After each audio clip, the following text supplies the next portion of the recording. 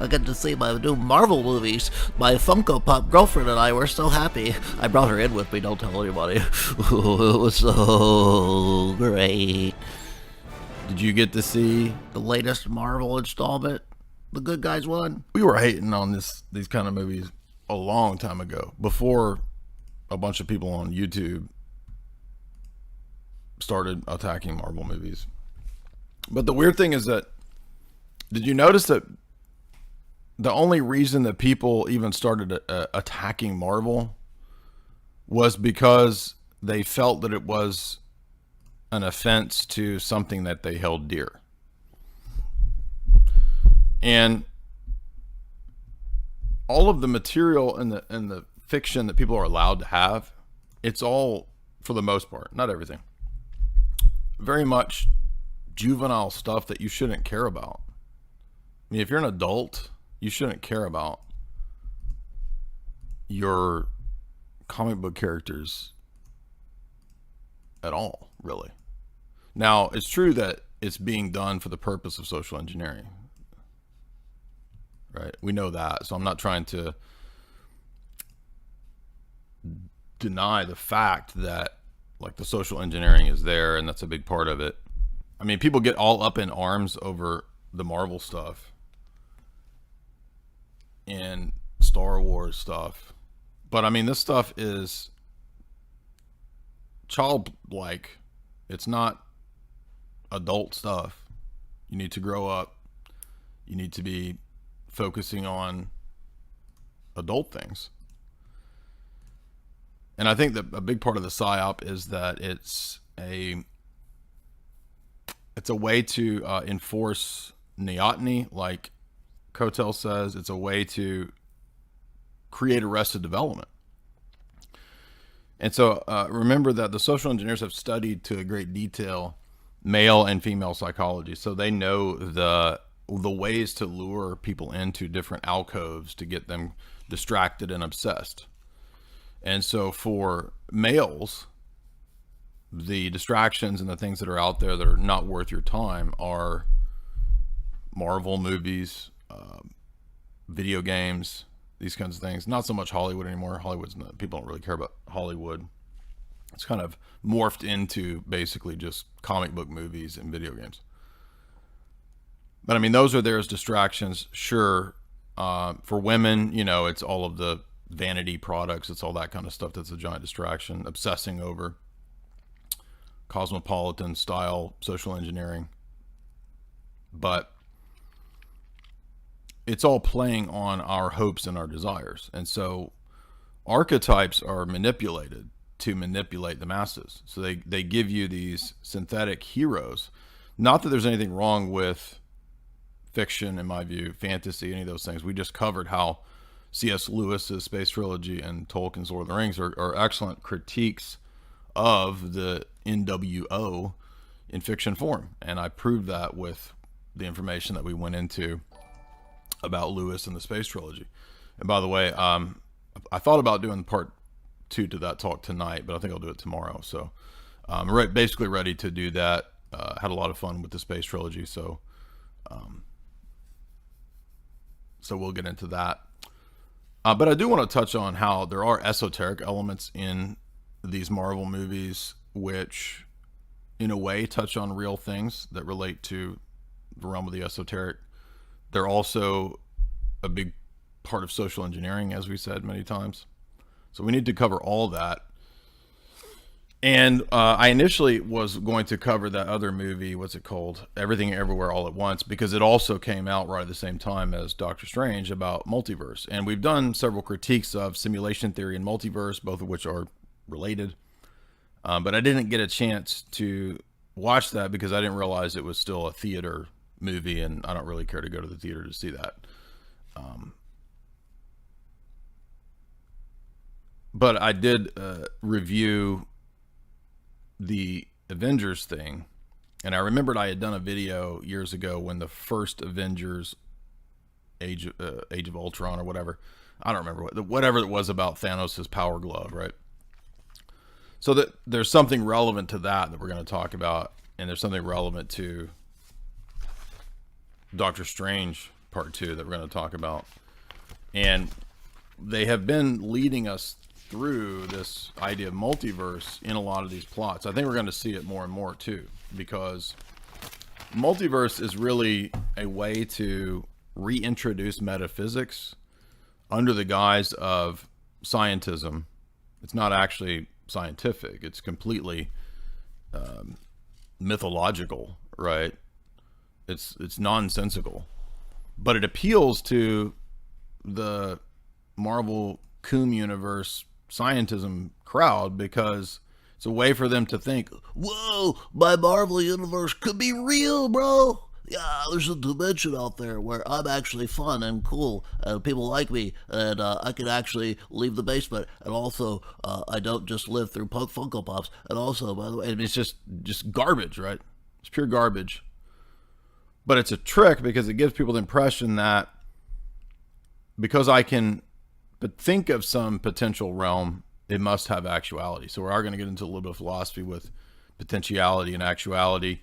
As we've covered many times with Father Deacon Ananias, we know that there was a mistake in reading David Lewis about possible worlds in logic and philosophy that led some people who do physics who don't understand philosophy to think that because philosophers talk of possible worlds, and if there was if there's an infinite universe, it stands to reason that any potentiality has to be actualized somewhere because it's infinite.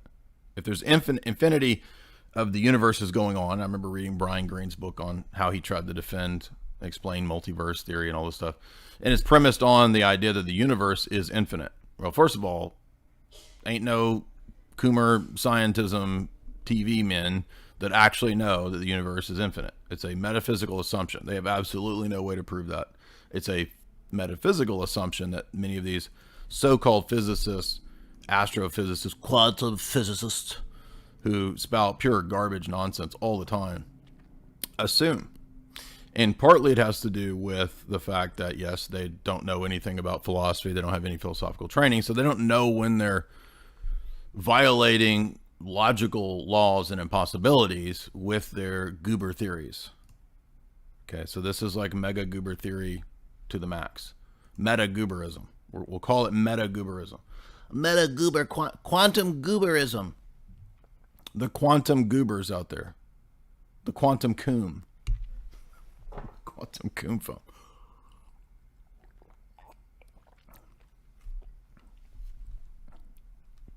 So remember, for the last 150, 200 years, or even back to the Enlightenment itself, everybody's been told, there's no metaphysics. It's all fairy tales. You're all living in a fairy tale, you dumb, superstitious believers and theists and Christians. Ha ha! We have routed you. Ha ha! Ha ha! Sword and shield of reason have routed you.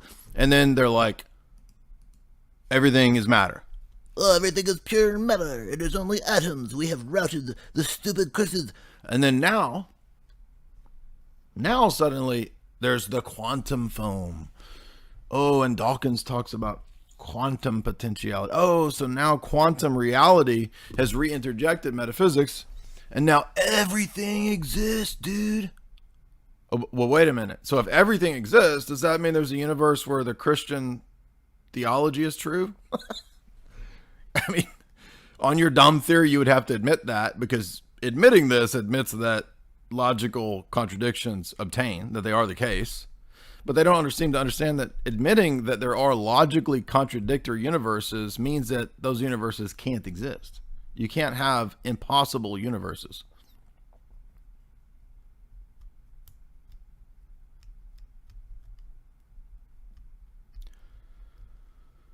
So logical possibility in philosophy is a way to do thought experiments. It's not a way to describe the metaphysics of what must be or is, necessarily. It could be talking about the logic of metaphysics, but not necessarily. So if we talk about, is it logically possible that there's a world where there's no minds and it's just matter? Remember JF's argument to me, right? He was under this same sort of mistaken idea that logical possibility means that it exists somewhere. And it's just something that physicists have stupidly mistaken from philosophy. And I don't remember who actually it goes back to the Middle Ages too, which we're going to touch on. I'm going from memory here, but I want to say, it's been probably 15 years since I read on this, Nicholas of Cusa, or one of those medieval Renaissance esoteric figures, was the first to posit a multiverse. Am I right on that? I think that's right. Now, the thing about Nicholas of Cusa was that, if I recall, he was actually not really orthodox in his theology at all. He was just much more of a hermeticist. So that's not somebody that's a reliable source in terms of science, according to normie science-dom, right? So why are we? And he's hailed as like the father of this theory, if I recall, right? But in actual fact, what we're going to see is that the multiverse theory is actually gibberish, retardo nonsense, literally. Because you can't have things like meaning, objective reality, existence, logic, the good. All of those things are absolutely necessary to have a world or a universe, okay? Any possible universe. And if you don't have those things, or if you take away fundamental things, that universe becomes impossible. Okay, so there's no universe where you exist as Mario Paint. That doesn't exist. There's no universe where you exist as a butt. That would not be you. First of all, because if you remove the law of identity, then you don't have objects and meaning and identity at all. So if there's no law of identity, that's not you in another universe. How can you be you if it's a totally different you, sharing no similarities with you? Well, I guess there would be an infinite number of universes where there's a universe where you are you, but you have a pug nose instead of a hook nose. And then there's another universe where you have those two noses at the same time, which would be very difficult with, like, you would be doing, I don't know. But there's a universe where you have, I don't know, 15 testes. There's a universe where you have 15 testes and a hook nose and a snub nose. There's a universe where you have a mouth that chews on the back of your neck. So when you chew like this. That old cut down. Yo mama got a mouth on the back of her neck. She chew like this. Remember that old cut down? Well, in this stupid theory, there's a whole universe of just that. Now, who wants to go to that universe? Me. And by the way, this comes up in the movie. Okay, not the butt universe, not the mama having a mouth on the back of her neck universe, but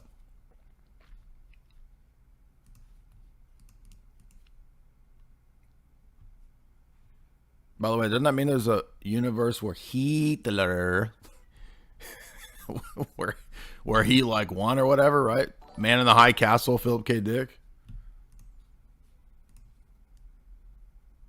Doesn't that mean there's a universe where scientism and soy mills are all condemned to the abyss? Is that the universe? What? Right? There's a universe where I am a lesbian. Now, I'm trying to have lesbian hair, if you know what I mean. But there's a universe where I am one. Do you know that? There's a universe where I'm the greatest rapper in the world. So how can anybody ever diss me for my R&B and rap tracks?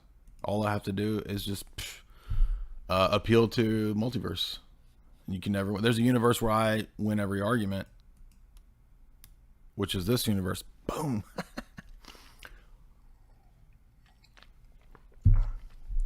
There's a universe where Chase and Tristana are a two-headed goblin creature from Greek mythology. A chimera, some might say. Ymchara. There's a universe where chimeras are Camaros, and you can drive those things around and wearing your Tesla T-shirt, heading to the party down at the lake with the lake rats in a Camaro, in a Camaro. There's a dimension where Thor is a thought, and he's not called Thor; he's called Thought,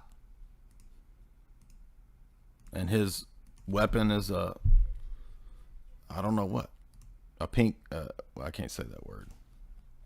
Anyway, you get the point. Is that what does this do? This actually destroys the possibility of a coherent, meaningful world. And if you get rid of that, it doesn't mean that those worlds are possible. You see what I'm saying? Like you can't,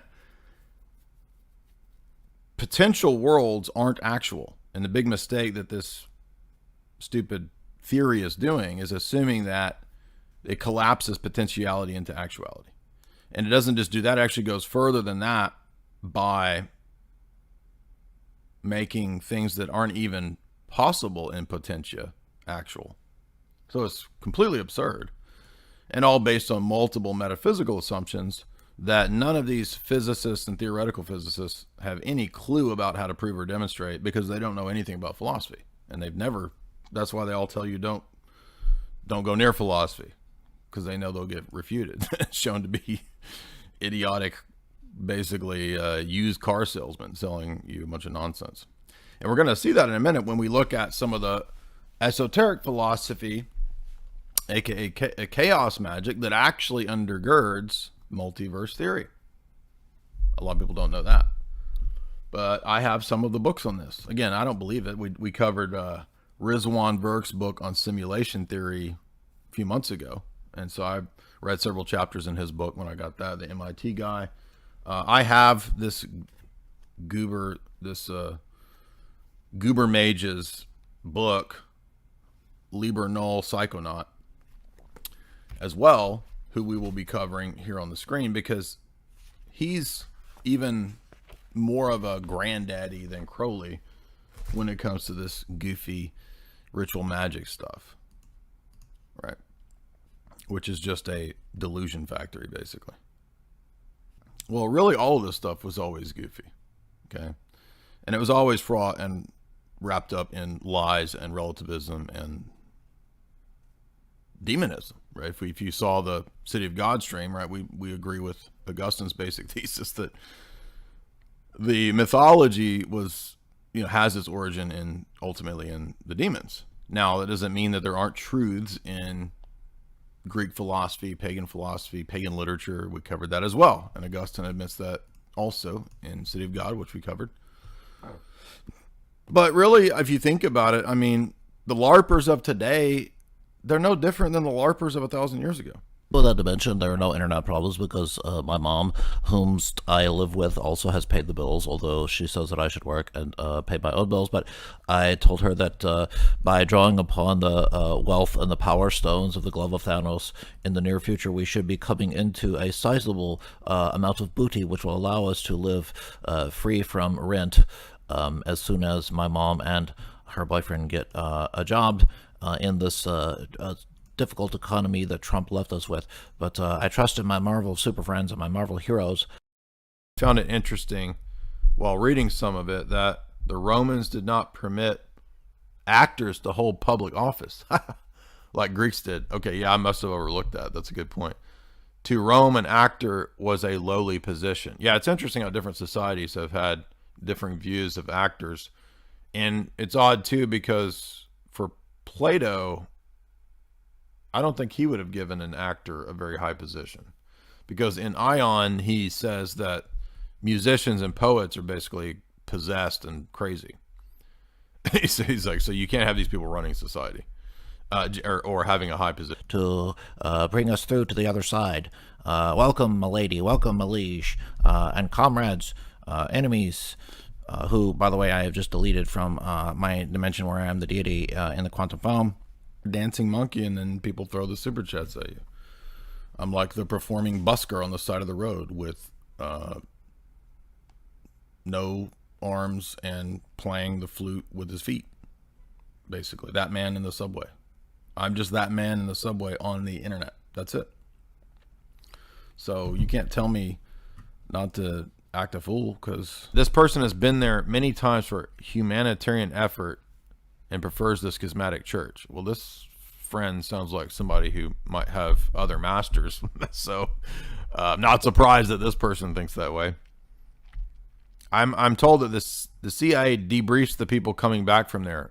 Yeah, exactly. So again, none of this stuff I talk about is quote conspiracy theory. It's all out there in the open. But thank you for that. Frankie D, $5. Jay, I'm a foolish person, but is there a way for me to take on a holy fool archetype? Do I have to be completely foolish, like John the Baptist? I don't think that we have to take on an archetype. I would say just try to live the Orthodox life as best you can. And if God leads you in some way like that, then you leave that up to his providence. I think one of the things the fools for Christ do is trust in divine providence. So they're not worried about taking on an archetype. You don't have to do that. Just try to live the Orthodox life. That's it. Did you see that white in are colonizing Orthodoxy? I saw it on the very legitimate NPR. Yeah, I don't. Does anybody read or follow NPR? I don't. So, I mean, I looked at their Twitter.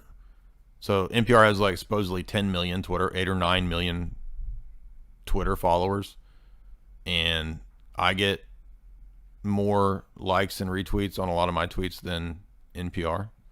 So pretty sure that they probably don't actually have 9 million Twitter followers, a lot of bots. So, I mean, people get really up in the air and worried about mainstream media hit pieces. Nobody even reads these websites anymore. Who reads NPR? I don't think I've ever read NPR. The last time I read NPR was like 5 years ago when they had an article about MK Ultra. I mean, who actually reads NPR? Like 100 boomers, maybe. Like horrible college professors. There's like 5,000 people max that read NPR. I don't know. But I wouldn't worry to just ignore these stupid hit pieces.